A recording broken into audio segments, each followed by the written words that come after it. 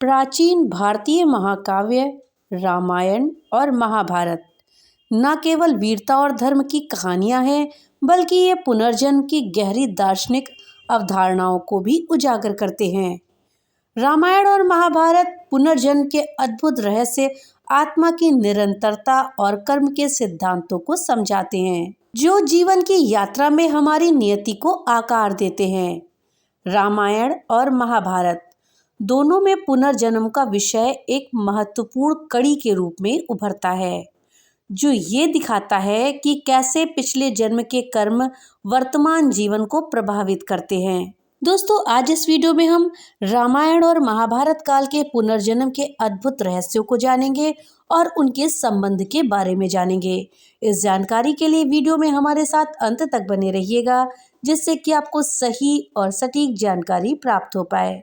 दोस्तों, हिंदू दर्शन के अनुसार पुनर्जन्म ये सिद्धांत है कि आत्मा शाश्वत है और ये जन्म, मृत्यु और पुनर्जन्म के चक्र से गुजरती रहती है। इस चक्र को कर्म के नियम के द्वारा हम नियंत्रित कर सकते हैं। जहाँ किसी के कर्म अच्छे या बुरे जो भी हों, अगले जीवन को अनुभवों और परिस्थितियों को प्रभावित करते हैं। कर्म का सिद्धांत व्यक्ति को अपने कार्यों के प्रति जिम्मेदार ठहराता है और ये सिखाता है कि किसी के कार्यों का परिणाम अगले जीवन में हमें भुगतना पड़ता है। अर्थात आप जैसा कर्म करेंगे, उसी के अनुसार ही आपको अगले जन्म में भुगतना पड़ेगा। रामायण और महाभारत दोनों महाकाव्य पुनर्जन्म के गहरे रहस्यों को उजागर करते हैं। रामायण में भगवान राम को विष्णु के अवतार के रूप में देखा जाता है, जो कि पृथ्वी पर धर्म की स्थापना करने और अधर्म का नाश करने के लिए अवतरित होते हैं। रावण भगवान राम का प्रमुख शत्रु, वो भी अपने पिछले जन्म के कर्मों के परिणाम स्वरूप अपने जीवन में संकट का सामना करता है। महाभारत में भी पुनर्जन्म के कई उदाहरण देखने को मिलते हैं, जैसे कि युधिष्ठिर पांडवों के सबसे बड़े भाई थे। वो धर्मराज यम के अवतार माने जाते हैं। सत्य और धर्म के मार्ग पर चलने के बावजूद उन्हें अपने पिछले कर्मों के कारण कई कठिनाइयों का सामना करना पड़ा। ऐसे ही कर्ण का जीवन भी इस बात का उदाहरण है कि कैसे पुनर्जन्म का सिद्धांत कर्म के आधार पर व्यक्ति की नियति को निर्धारित करता है। दोनों महाकाव्य इस विचार को बल देते हैं कि पुनर्जन्म का सिद्धांत कर्म के साथ जुड़ा हुआ होता है। व्यक्ति के जीवन में उसके कार्यों का बहुत प्रभाव पड़ता है और ये कर्म अगले जीवन के अच्छे या बुरे परिणामों को निर्धारित करते हैं। ये हिंदू धर्म के मूल सिद्धांतों में से एक है, जो व्यक्ति को अपने कर्मों का महत्व सिखाता है और ये बताता है कि उसके हर कर्म का परिणाम होता है, चाहे वो उसे तुरंत ना मिले, लेकिन उसे अगले जन्म में उस परिणाम को भुगतना ही पड़ता है। रामायण में कई ऐसे पात्र और घटनाएं हैं जो पुनर्जन्म की अवधारणा के साथ गहराई से जुड़े हुए हैं। महाकाव्य में पात्रों के जीवन उनके पिछले जन्म के कर्मों से आकार लेते हैं और उनकी नियति को प्रभावित करते हैं। दोस्तों, जय और विजय जो बैकुंठ के द्वारपाल थे, उन्हें 4 कुमारों के द्वारा श्राप दिया गया, जिसके परिणाम के स्वरूप उन्हें राक्षस के रूप में जन्म लेना पड़ा। रामायण में वो रावण और कुंभकर्ण के रूप में जन्म लेते हैं, जबकि महाभारत में वो शिशुपाल और दंतवक्र के रूप में पुनर्जन्म लेते हैं। ये कहानी आत्मा की निरंतरता और कर्म के सिद्धांत का एक अद्भुत उदाहरण है, जहां आत्मा को कई जन्मों के चक्र से होकर के गुजरना पड़ता है। अहिल्या, जो कि ऋषि गौतम की पत्नी थी, उनको अपनी बेवफाई के कारण पत्थर बनने का श्राप मिला था। भगवान राम के चरण स्पर्श से उनका उद्धार हुआ और वो मानव के रूप में लौट आईं। ये घटना इस बात का प्रतीक है कि आत्मा को अपने कर्मों का फल तो भोगना ही पड़ता है, लेकिन सही समय पर मुक्ति संभव है।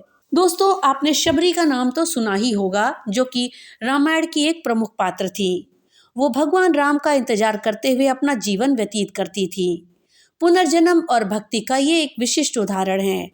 उनके पिछले जन्म के कर्म और भक्ति ने उसे इस जन्म में भगवान राम का साक्षात्कार करने का अवसर दिया। शबरी की कहानी आत्मा की यात्रा और भक्ति के बल पर मोक्ष की प्राप्ति की एक महत्वपूर्ण सीख है। इन कहानियों के माध्यम से रामायण में पुनर्जन्म की अवधारणा को समझाया गया है, जहां पात्रों के जीवन उनके पिछले कर्मों से आकार लेते हैं और उनकी नियति को प्रभावित करते हैं। दोस्तों, वैसे ही महाभारत में भी पुनर्जन्म और कर्म के सिद्धांत को कई प्रमुख पात्रों के माध्यम से विस्तृत रूप से बताया गया है। ये पात्र ये बताते हैं कि कैसे पिछले जन्म के कर्म और इच्छाएं उनके वर्तमान जीवन को प्रभावित करती हैं। इसमें पहली है अम्बा। अम्बा की कहानी पुनर्जन्म का सबसे महत्वपूर्ण उदाहरण है। भीष्म के द्वारा अस्वीकृत होने के बाद अम्बा ने अगले जन्म में शिखंडी के रूप में पुनर्जन्म लिया और भीष्म की मृत्यु में बहुत ही महत्वपूर्ण भूमिका निभाई।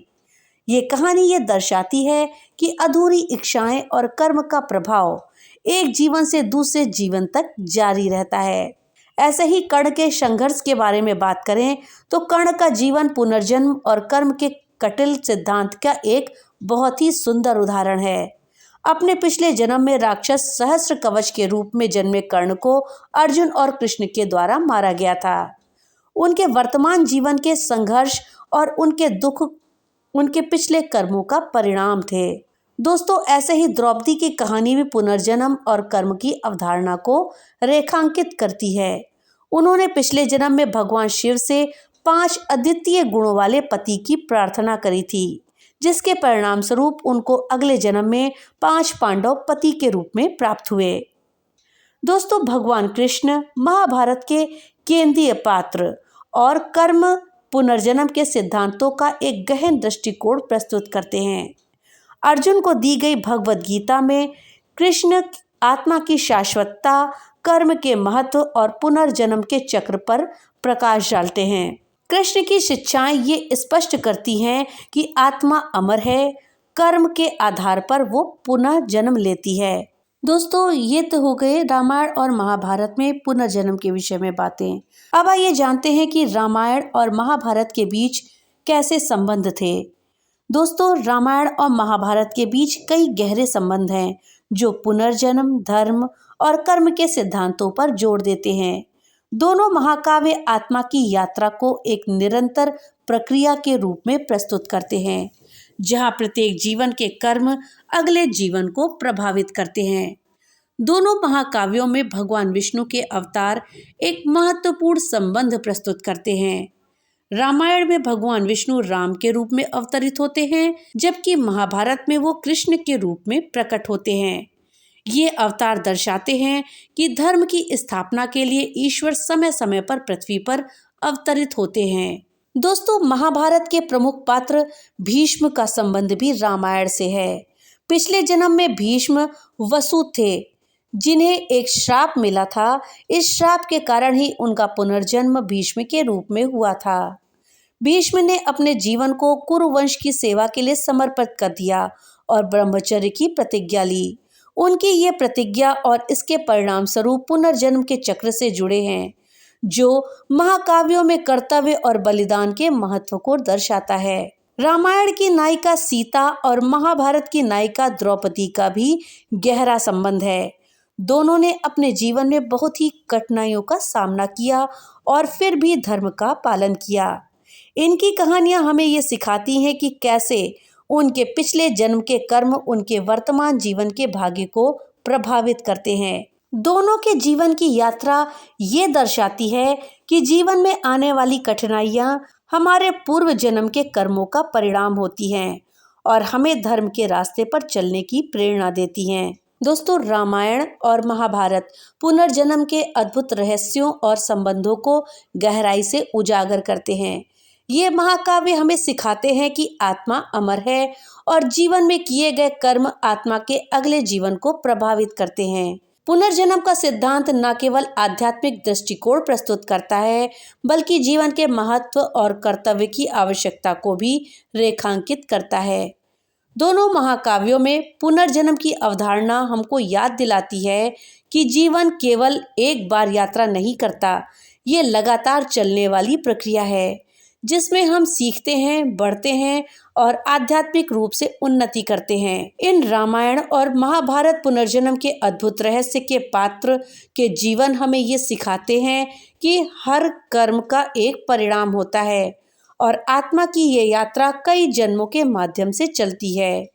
अंतिम उद्देश्य परम मुक्ति और ईश्वर के सार एकत्व की प्राप्ति है। तो दोस्तों, ये थी जानकारी रामायण और महाभारत काल में हुए पुनर्जन्म के विषय में और उन पुनर्जन्म के अद्भुत रहस्य के विषय में। साथ ही इन दोनों कालों के पुनर्जन्म के बीच में क्या संबंध था, इस विषय में। जानकारी आपको कैसी लगी हमें कमेंट बॉक्स में लिख करके जरूर बताइएगा। वीडियो अगर अच्छी लगी हो तो लाइक एंड शेयर करिएगा और चैनल पे पहली बार आए हैं तो चैनल को सब्सक्राइब करिएगा। तो मिलते हैं अगली नई वीडियो के साथ, तब तक के लिए राधे राधे।